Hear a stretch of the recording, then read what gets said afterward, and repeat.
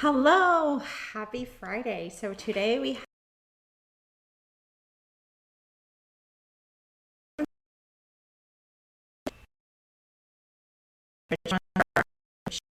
a list that this conversation I talked under the covers book club. It was live on YouTube, so if you want to watch a video, you can go to the YouTube channel. Link will be in the show notes. But just enjoy this conversation. So I hope you have a great day. Bye. Hi, everybody. This is Francesca from Under the Covers Book Blog. And This is Laura from What to Read Next. so Laura and I decided that we were going to come today and talk about the Goodreads Top 100 romance list of the last 3 years because we have some thoughts that we wanted to share with you guys. And also, we want to see what you guys think, if you agree with us or not. You don't have to. Yep. So, we're going to give you guys a little bit of time to come and join us. We're just going to talk a little bit in general about what the Goodreads Top 100 list is. So I don't know about you, Laura, but did you know that Goodreads has been doing that for a while? Like there's been one of these lists every year. I did not realize they have done every year. I know they do listicles about Mhm.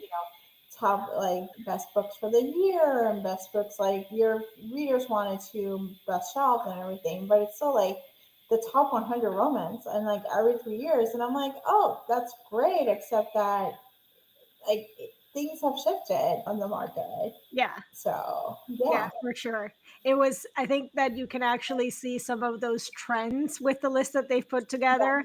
And I mean, I guess we have to be honest also about it's Goodreads, same as with the Goodreads Choice Awards. It is kind of a popularity contest, yeah, but they do mention at the top of the post that they are picking the books in base of what people added to their shelves, like the ratings and all of that. I did do a little bit of digging in the sense of like books that I know have sold, yeah, like hit New York Times bestsellers list, and I know they have a huge following and a huge readership. yeah, And yes, the ratings and like the reviews and all of that on Goodreads on the platform are much lower than yeah, all of the books that are on this list. So I guess I wonder if that has to do with people also moving away from Goodreads. yeah. Like, is it a fact of some of the older, let's not older by age, but like more seasoned readers have moved away from the platform, so those reviews are not on there. Like I haven't been on Goodreads, I haven't rated anything on Goodreads for at least 3 years. Yeah, I haven't rated for just as long. I think the other thing we have to think about is the advertising money. Who Mhm. is paying for advertising for us on Goodreads? And Yeah. so is that cost, is that, that they're making money from those books, would it push them to actually show up in these lists? Because it does give them win-win because it's more Right. visibility. And so that's the other part that I'm thinking that may not be so upfront, but at the end of the day, Goodreads is owned by Amazon and they're looking for a way to make as much money doing the bare minimum product that they propose. Yeah. Yeah, that's for sure. That's for sure. So yeah, I mean, I would love to know for you guys that are tuning in and watching, or if you're watching the replay, let us know if you're still writing your reviews or ratings on Goodreads, or if you've moved away from the platform. Maybe you're just like tracking on offline. Like a lot of my tracking is offline, but I am using also Storygraph. So I kind of keep that as my base. I moved to Storygraph fully last year, and the year before I wasn't even tracking anywhere. So I don't know, but what about you? How are you tracking? I am not tracking, I'm only tracking Airtable, but I'm not tracking publicly. I made a decision. Any feedback, any reviews are going to go on Substack. And mostly the DNFs, the things that I try are going to be paid subscriber because of the way I had relationship with publishers and authors and specific things. I wanted to keep that like private in some ways. So I stopped tracking star rating or specific places of like, this is what works. Because reading is subjective and what I hate may be what you like. And so I try to be more conscious about like, I'm here to promote different books and recommend books and curate those based on the different book reading. And so my actual tracking of like star rating happens privately. And then the other part is I track other measures that are important to me, like Mhm. the limited books I use, which Yeah. libraries I use. So I track the data points that are interesting for me to help me make a better decision moving forward. Yeah, the same for me. I do have my Notion tracker, which does, I also do like to track that because, for example, if I'm not reading enough Kindle Unlimited, is it worth it to keep the subscription? Or if I have some other kind of service that I pay for, whether it's like audiobook service or when you're paying for like non-resident cards from a library, Yeah. are you reading enough books from that service to justify the cost? So I think a lot of that you're not able to track with these kind of platforms. So it makes sense that maybe some readers have moved away because you don't want to do double the work. So, yeah, that definitely makes sense. So, let me know in the comments what are your thoughts on that? Like, do you think that the numbers are accurate for like the whole community, or are we really just looking at a very small segment of the community, which is actually how I'm looking at this top 100. I see it as the book talk top 100. I feel like that's like just browsing through it. That's what you're seeing is what are the books that really hit it off the park on Book Talk in the last 3 years. That's what you're seeing there. Yeah. So we'll get into that a little bit later. We're talking about trends and stuff.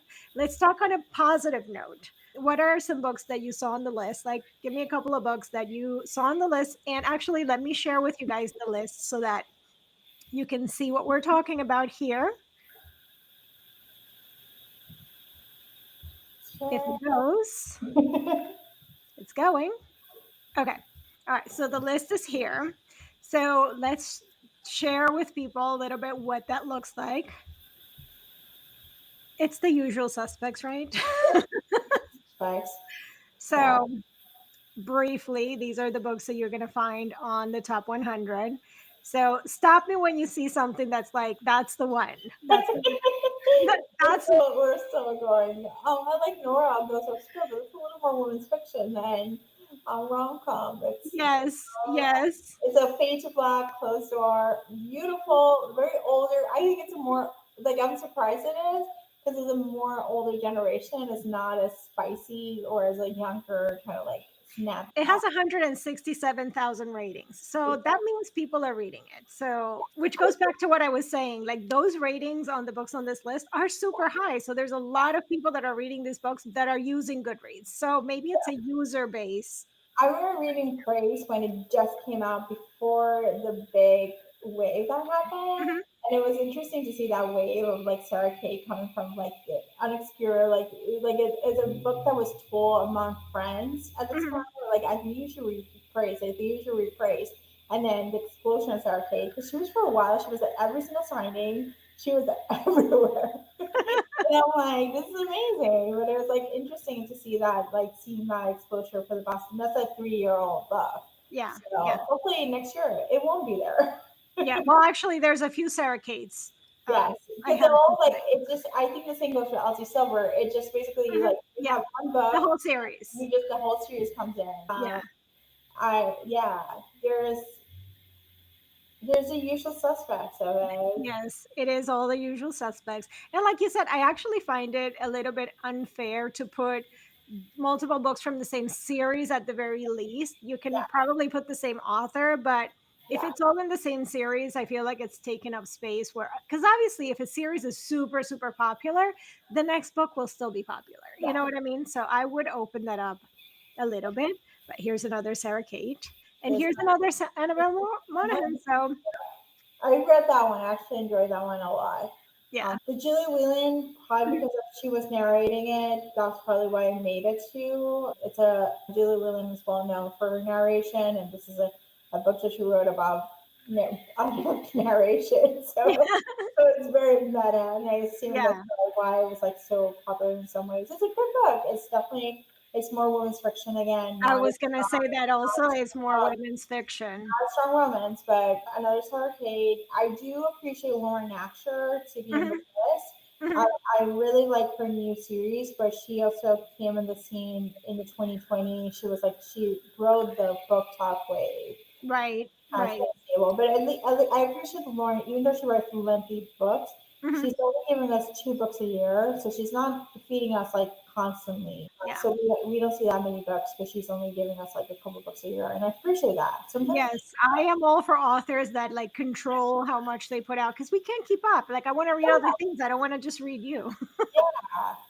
So So Yeah, I actually read the Give Me More by Sarah Kate, and Lost in Lasso was giving the confidence. The coincidence of wildflowers is not a romance. It's a duet. It has trigger warnings galore. It's just hard. I do like Michaela's other books from her. mhm, mhm, mhm. This one's the one that got her noticed. But and Yeah. then we have this one that I told you when we first looked at it. I cannot see the one with the Charlie, the one with the house. That's Yes, like, Keeper of Enchanted Rooms, which yeah, is actually a historical fiction. yes. So Have she, no idea how this is here. I don't know what happened. I don't know who I've shared. never seen this book either, so it's like I don't know how it could have been so popular that it Yeah, snuck in here, but and I think um, that the Tia Williams, I would say I would not go for this one. I would go for 7 Days in June. That was a much right, better hit. right. And that was romance. That was actually angsty and fun and like it's just like a joy to read Mhm, mhm. about. And so I wouldn't consider this one it. I would consider 7 Days in June super Right, fun. right. Yeah, and we were recently just talking about The Love of My Afterlife by Christy Greenwood, which again, it's kind of like the lone paranormal romance in my opinion, because there are other paranormal things on here, but are more fantasy romance. Yeah, Uh, and this one was more like women's fictiony, yeah. and also not that good. So I don't know why it's here, but Thought it was magical realism. It's just yeah, like it just imagines that you're just in the afterlife, but like it's more. It's not paranormal when we think about paranormal of like werewolf, vampires, otherworldly. It's just yeah. like you're just coexisting, and then you come back from death and come back to a new life. Yes, it's Mhm. paranormal, but it's so light. Yes, it's That so light you can barely feel it. you can barely think about it. Yeah, for sure, for sure. So for me, I actually have to say I'm happy to see that Carrie Lake is on the list. Yeah, And I definitely can say that is because of the success that she had with BookTok, yeah, because her books were everywhere on BookTok, which listen, I'm very happy about. So this Anathema, I have not read this one, but it was her new release for this year. yeah, But there was Nocticadia, which was, I think, was 2023. yeah, Yeah, 2023 that it came out. I read it actually this year, yeah. and I really enjoyed it. It still has my one to read rating because, again, I haven't used Goodreads for a couple of years. So it was still on my to be read. So, yeah, I actually do enjoy seeing her on the list, and I do recommend Nocticadia. And as far as other things, like for example, the Dixon Rule, and there was also the Graham Effect by, I'm surprised to see them here. I read both of them, but I'm kind of surprised to see them here because I don't think they're her strongest books either. No, So, and I also did not see them as talked about online and in book circles and yeah, whatever. And let's see what else really stands out to me. Like this is a lot of my do not read list, actually. yeah. A lot of the like the tropes and the authors and the things are usually the things I don't gravitate towards. And I don't know about you, but for me, when something is like really popular, whether it's an author or like a type of book, I tend to completely disconnect and not want to read it. Like I dig my heels in and I'm like, I'm not reading that. Only because it's like super, super popular. Yeah. So yeah, so Phantasma is another one that I would highly recommend. So I'm happy to see that there. It is a paranormal romance, so that is an actual paranormal romance, Yes. which I think is really like I said, like one of the very few. And I did like Lights Out by Navessa Allen. I I did do have enjoy the that book. audio actually. It's my list to add the audio for it. Yeah, the audio is so good. The audio is good. He And did then do we a got really good job with it. we got Megan Quinn, we got Megan Brandy, we got Elsie Mhm, Silver, we got mhm. the ones who are like who have been around. Let's see what's been Rachel Gillick, I feel like, is not really fantasy romance. It's yeah, more fantasy with some romantic elements in yeah, it. So that does not need to be there. But yeah. Usual suspects here. You do have another Lauren Asher. yep. We got Anna Huang. We Let's have Anna. And I don't know if these are in any kind of order, but I was actually surprised if they are, which I kind I of think think they they are. are. I think so. Lucy Score Things We Never Got Over, like on the number 4 spot. I was kind of surprised about that. It's the What about most sold book in Kindle Unlimited. Like it's actually has sold so many units. that it's like I remember because there was a Lucy Score came in for a like a Kindle when they released the new Kindles. They Mhm. invited a bunch of influencers to Amazon to talk about the Kindles, and they had her there. And it was just like the things when I read over it was the most popular, most sold book, most units been sold. Wow. It's not like it's 500 pages long, so it's making her Yeah. very wealthy, well off. Yeah. Yeah. I mean, listen, I actually enjoy Lucy Score. So I have not read that one, but I do enjoy her writing and her books. So I am happy to see that. I feel like this makes sense because book lovers is IGNF book lovers. These four are probably the I ones that guess have sellers. most of units. They're probably Mhm. much moving forward. Every summer after was another one that sold a lot of units. We got Sarah Yeah. J. Maas. We got Carissa Broadbent, who is actually I do appreciate Carissa's Mhm. writing. So Mhm. and then we got the Abby Jimenez and Yeah. Yeah. I mean, I don't know how many books Ali Hazelwood has put out in the last 3 years, like looking at dates, but I think there was only two on this list. This one yeah, and there's more. She did Chuck and Maid. She got the Deep End. She got Bride, and then she has Not in Love. Because okay. I binged on them while the hurricane happened. That's what I ended Yeah. up doing was Ali Hazelwood. So they were like I caught up with all of them. I haven't read Love Theoretically because I feel like that's too STEM. She Mhm. starts to deviate outside of the STEM books, Yeah. and I'm kind of glad because they're much better than reading the same thing over and over.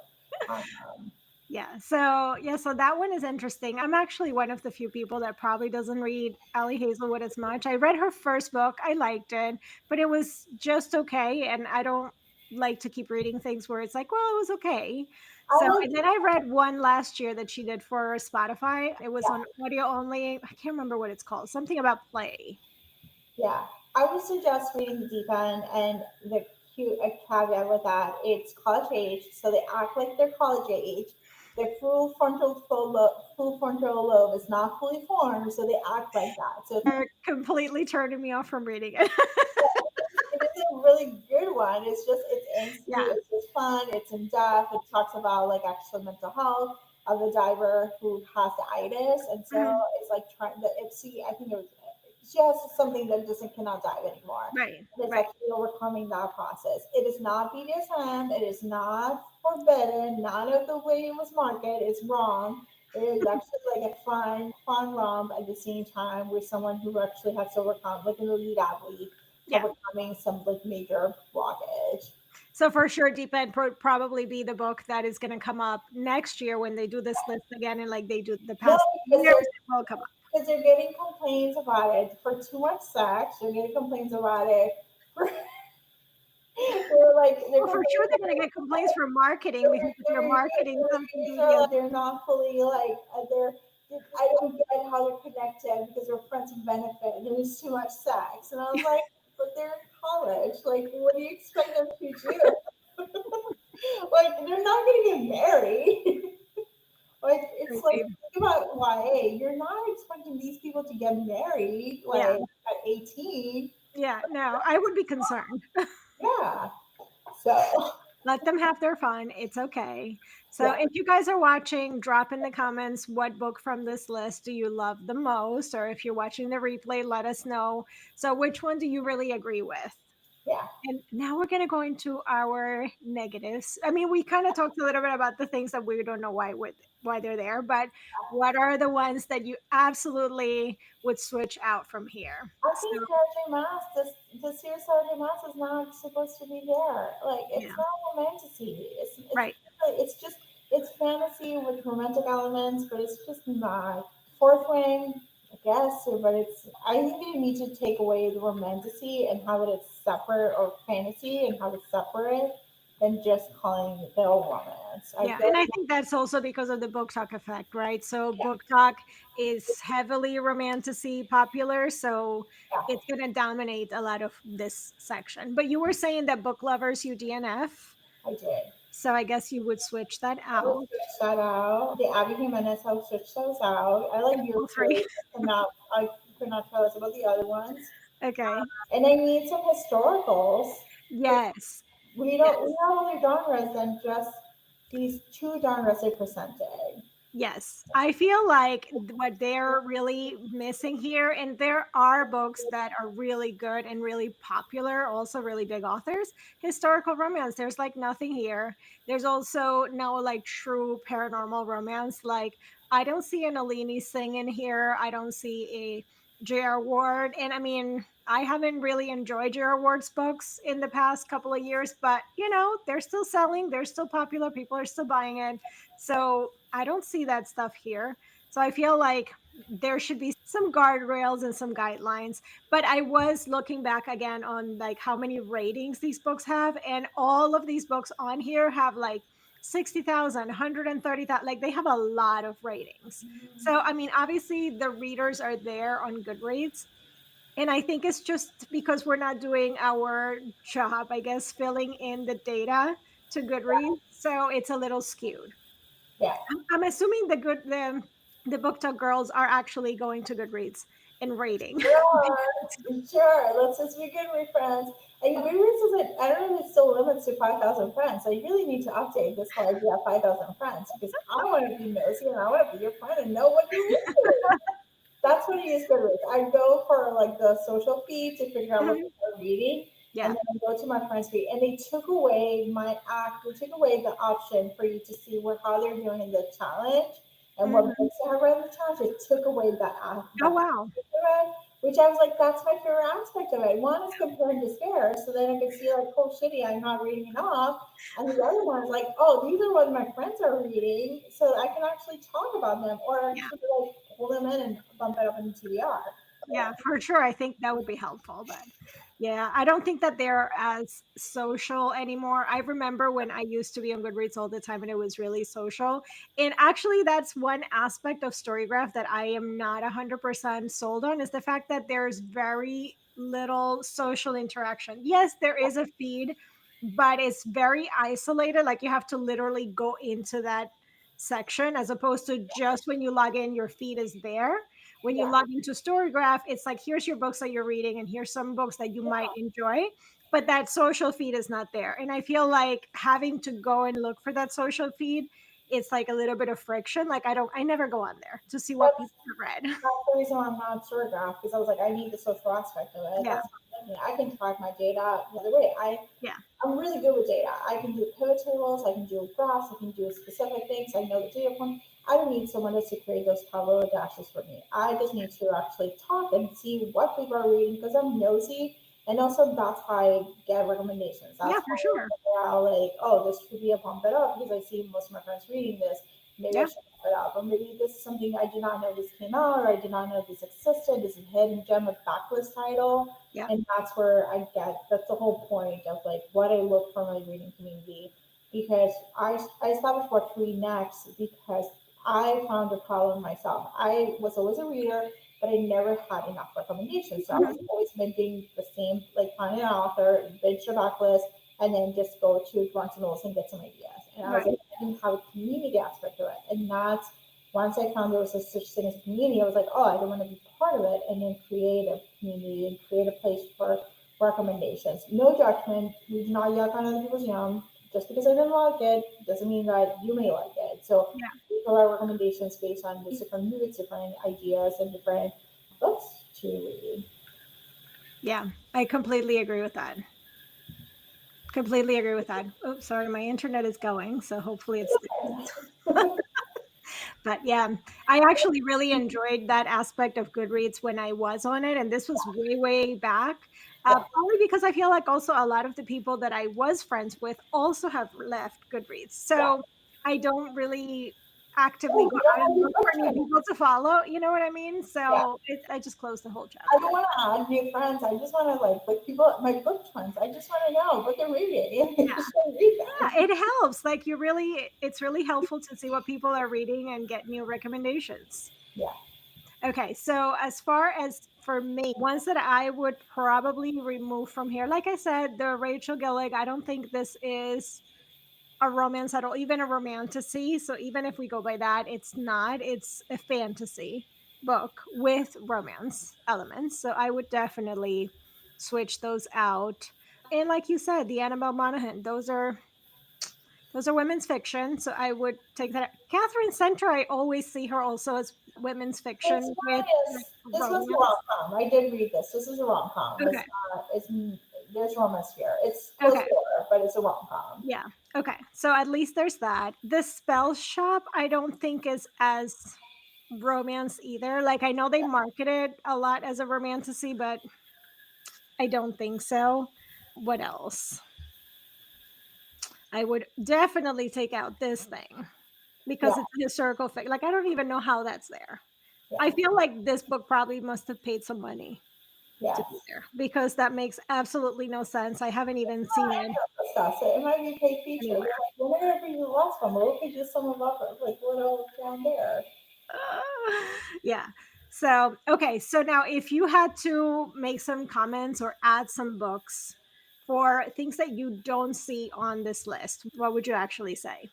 So historical has to be added, historical rom-coms, even the mystery rom-coms that are Mhm. coming up, that's an up and coming, Yeah. where it mixes true crime or like stuff. I didn't see romantic suspense actually. Yeah. Which is No. the same. So obviously that area where we're think about the audience that we're looking. Women listen to true crime. Mhm. I also like smutty romance. And Yeah. so mixing them together is like the perfect baby. you Yeah. know? Yeah. And And so actually, if you think about that specific niche, you cannot tell me that there's no Nora Roberts on this list in the past 3 years. Like she writes amazing as JD Robb for romantic thrillers, and then she has her regular romantic suspense, and she's been releasing books. So so think about those, like that area, that yeah, genre that needs to be addressed. yeah, Well, I know there's in the limited, there's coming out like books, and they're emerging new trends with that yeah, space. yeah. So Ali Carter is bringing back the spies and stuff. Mhm, Uh, mhm. we have Catherine Powell doing similar to Nora Roberts, who's Yeah, romantic, small town romantic suspense novels. We have J.D. Robb and that series that's been ongoing for 30 something years. yeah. you know, We did have a Daphne Perry, which is a little bit of that, like no, that's not a romantic suspense. That's actually I read that book. That's not romantic it's suspense. not No, romanticism. that's just a rom. So That's a romance. Yeah, no, there's no mystery in that one. So no, so yeah, they're really missing that. They're missing also paranormal, yeah, I think. And in general, something else I noticed, and I did see that also in the comments, there's only like a couple of books by Black authors. There's yeah, no diversity. yeah, There's one queer romance. And I yeah, know that there's a lot of really popular titles that have come out in the last 3 years. So it's kind of surprising not to see those. yeah. They're only showing the diverse authors that are selling millions of units. Yeah. Anna Huang, Lauren Asher, Kennedy Ryan. Yeah. Okay, but there are Yeah. other authors that are doing that could be like selling units and Yeah. still like up and coming and stuff like that. It's Yeah. I just completely agree. where it's like whenever there's like a diverse list of like they send the same. I'm like you're sending the same three authors. Like look for something else. Yeah, and there are those authors where like maybe there's like a runaway hit where one book really sold well. So Yeah, I would love to see more of that in lists like this. I think that there's no probably Colleen comes, Hoover. yeah. Actually, there's no Colleen Hoover in this list. So I thank the Lord. Thank the Lord. We're on a good place there. we have passed the Yeah, era. Colleen. Thank you. Now we just have to do the same with Sarah J. Maas. So and Yes. you know what? There's only two. So did she only Yes. release two books? I don't know, maybe. Yes, she does release it. She only released one book. Like she releases a book every other year or something. Okay, so then there was only two to add to the list. Yes. We are still not over that. We're still not over. We're supposed to get a new Avatar book next, and then she's Okay. so the year that she sent us, she released a couple of books a year. Those years are over. Yeah. She's no longer doing So funny. releasing a bunch of books. Yeah. So other than that, let's add a couple of books that you think could have made the list that or should have made the list. What are some of your recommendations? I think, like honestly, I would just look at romantic suspense. Like, and top of my head, I cannot name those books, but looking at that genre where there's like serial killers or thieves on the run, looking Mhm. at that specific genre from small town to the securities to the ones who are on the force. Like, there's up and coming authors like Victor Wilder that's doing some really good stuff. that I would like to see more. And then the mystery rom-coms, they're coming in. So if we're looking for the rom-com, those traditional published books, I think Molly Harper has one. Mhm. There's quite a few that are coming out, and I think those are might be like adding in that genre to the space. Yeah, and I think like to wrap up a little bit of what my thoughts were on this, I think it depends also on the fact that there's a lot of romance readers that are not using Goodreads anymore, and just the list skews a certain way Yeah, because of that, and also because of publisher input or like just marketing in general, because it is an Amazon company, so it's going to push the things that are selling also on Amazon yeah, as much. So I don't know. I feel like there's a push between the BookTok and Amazon sales, and that's why we're getting this yeah, list. yeah. So, Yeah. I definitely would love to see a little bit more thought on at least not including everything from a series so that it gives the space to add other things. yes. Yeah. Just I, one author, one book per author. The most yeah. popular book in the author, and you just know you can go binge the backlist from that. Yeah. Yeah, because it gives opportunity to other people. Otherwise, it always turns into here's like the 20 authors that are popular right now Yeah, and just regurgitate the same thing, which yeah. like whenever I see that, that's actually an indication for me. And I know I'm weird, but that's my indication to like Not read it. not read that. Like that author goes on my do not read I list read until I them, and then I'm like, I'm disappointed. I'm like, oh, this was not good. Or sometimes I'm like, oh, this book was good. yeah, I want to make it better. I've been trying to make it better author. I'm looking for hidden gems that people are up and coming or yeah, debuts or like gems that I find like scrolling through Amazon or Libby and trying them out and yeah. see because I you get so skewed with overhyped books and there's like something to be said about like hey look for other books that are similar to Hmm. that. Yeah. Yeah, Yeah, I definitely tend to skew more that way because I don't know. I feel like one, everybody's already talking about those. yeah, So, like, they're going to be popular and they're going to sell anyway. So, why are we always reading the same yeah, things? And a lot of times I actually enjoy the newer or hidden gems more yeah. than those other authors. So, we got to give them a chance. So, yeah, that's my takeaway from this whole thing. It's like, please read other things than the same authors. Yes. Yeah. So I hope that you guys leave your comments with what you actually thought of the Goodreads top 100. Let us know if you agree with us or if you disagree. We're not going to judge a little bit.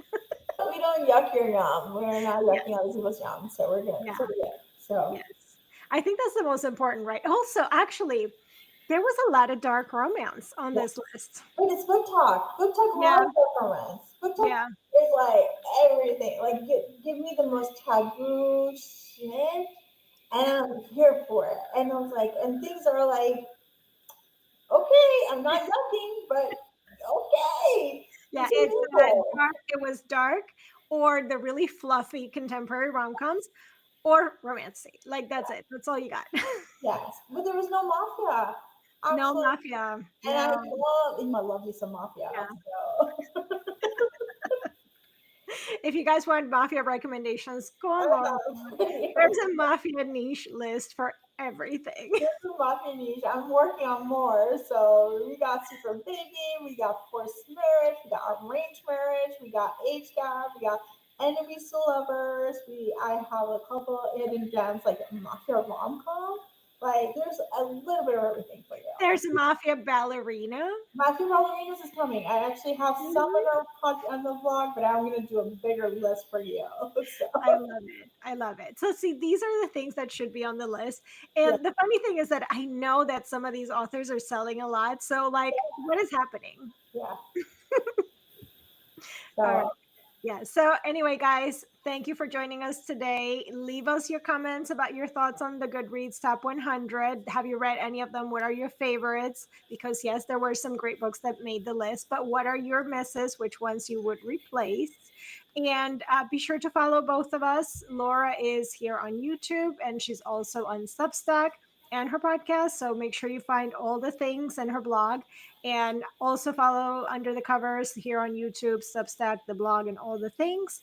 And catch us next week live on Thursday. We're going back for Novel Hour. We're going to talk about Valentine's Day and friendship recommendations. So it's going to be a fun episode. It's going to be a fun one. I'm going to talk about toxic friends, which is, I'm very excited. I love it. Well, like sometimes you need like those frenemies, and I do have frenemies, and Victor and Francesca knows what my frenemies are. I haven't decided what I'm going to focus on, but I don't want to do like just regular friendships. I may do like romances. I don't know. Yes, that would be fun. Let's just share the friendship. Yeah. Let's share all the friendships. So if you guys have recommendations, come to the live and share them with us as well. Yep. Awesome. All right. We'll see you guys. Bye. Bye.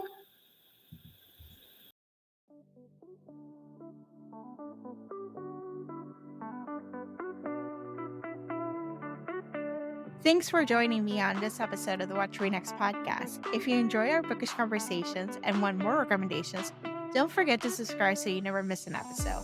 Also, head on over to the Watch Read Next blog for a list of books mentioned in today's show. Happy reading!